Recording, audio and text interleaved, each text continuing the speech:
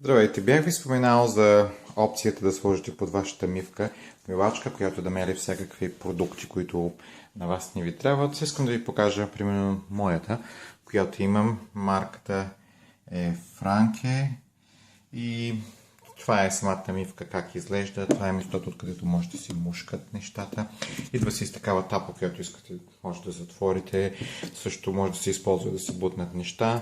Като цяло модела, който сме избрали, има едно копче, което се пуска и спира. Сега натискаш това и се чува звука. За повече сигурност, аз самия съм направил, има един бутон тук в самата кухня, който де факто спира на цяло юнита, когато трябва да чистя нещо, да извадя, прочитам да го спирам. Но, както ви казах, това е бутона, който е за това е самата мивка и да ви покажа самия юнит какво представлява отдолу. В принцип, кухненска мивка и се виждат нещата.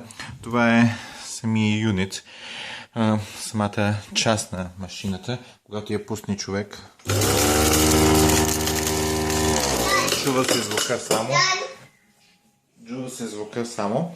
И това е пускам. Казва, че задължително трябва да се пусне вода, която да бъде студена.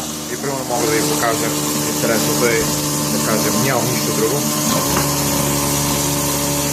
Едно яйце.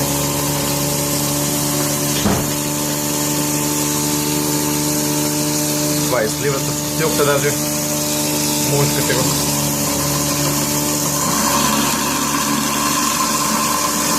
Това е всичко.